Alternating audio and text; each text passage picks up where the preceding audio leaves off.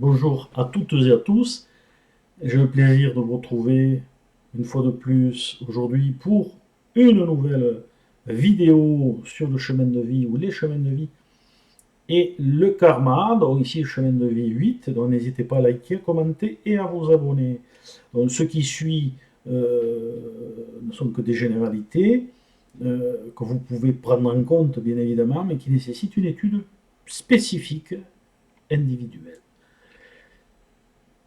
Alors l'évolution du chemin de vie 8, comme tout autre chemin, se fait dans le temps, un temps très long, parsemé de nombreuses existences. Une leçon à apprendre peut demander donc beaucoup de vie pour l'assimiler et surtout la comprendre.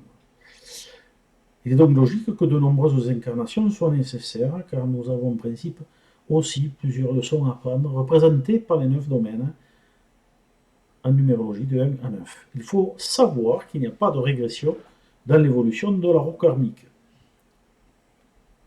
et que nous évoluons plus ou moins vite en fonction de ce que nous sommes. Des centaines, voire des milliers de vies seront nécessaires pour cela. Il faut savoir que le 8 est étroitement lié à la notion de karma. Voilà. Ce qui rajoute une petite information de plus à prendre en compte. Pour le voyageur ou le marcheur qui se trouve sur une route ou un chemin de vie à valeur 8, cela indique la 8e étape initiatique au sein du 3e ternaire d'évolution karmique. Donc, je me rappelle, 3e ternaire, 7, 8, 9. En effet, votre chemin de vie antérieur était donc un chemin de vie 7. Le chemin de vie 8 est comme toujours porteur des acquis karmiques du passé et donc des potentialités de réalisation, apportant des outils pour pouvoir travailler dans l'existence présente pour s'améliorer. Je ne donnerai ici que quelques fondamentaux du chemin 8. Je vous invite à aller visionner mes autres vidéos sur le sujet et sur le nombre 8 pour en savoir plus. Pour bien vivre ce chemin de vie et cette initiation 8, il est demandé d'avoir des qualités de combativité, une vision juste et objective de la vie et des autres, afin de maintenir l'équilibre. Si vous possédez ces prérequis, alors c'est que vous avez appris cette leçon dans vos vies antérieures et vous saurez aborder avec justesse les opportunités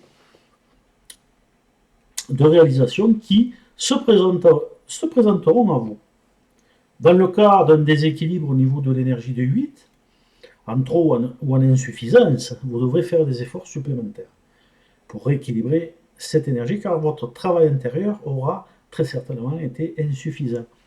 Le manque total de 8 dans votre thème en insuffisance ou en excès pose toujours des problèmes au niveau de son potentiel et au niveau du maintien de l'équilibre en général de la notion de pouvoir personnel. L'insuffisance ou la surabondance indique toujours un déséquilibre dans les énergies. Il faut évidemment toujours nuancer avec les autres vibrations de votre thème numérologique de naissance.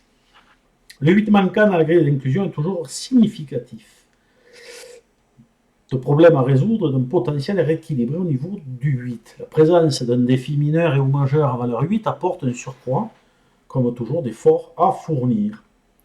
Que se passe-t-il alors que l'énergie du 8 est en défaut au niveau du chemin de vie? Eh bien, le destin et les énergies de la loi karmique vont vous rétribuer en fonction de vos actes passés, mais aussi présents, en vous mettant à l'épreuve face à des situations demandant les qualités requises du 8.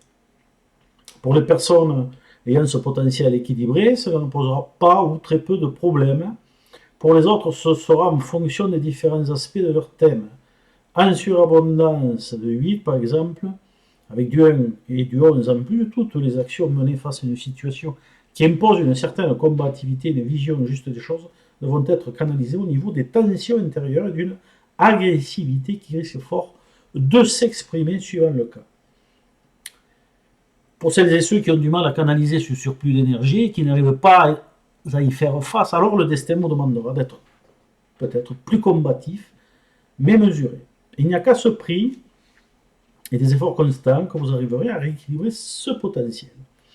Et donc vos énergies karmiques, ce qui atténuera considérablement les effets négatifs et peut permettre dans certains cas d'annuler le karma. Cette vidéo est maintenant terminée et j'aurai le plaisir de vous retrouver pour une prochaine vidéo. Salut!